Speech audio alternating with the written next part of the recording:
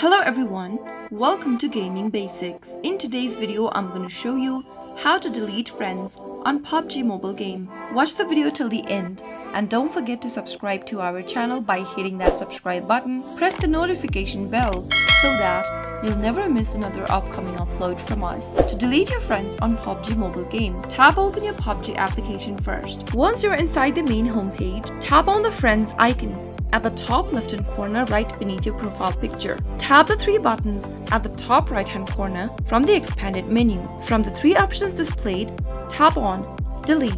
You can only select 50 people at once if you are deleting multiple friends. Once you are done selecting your friends, tap Delete. Confirm your deletion by tapping OK and you'll be able to delete friends on PUBG. I hope the tutorial was helpful. If it was, go ahead and give us a thumbs up. I'll be back soon with more videos like this. Thank you for watching.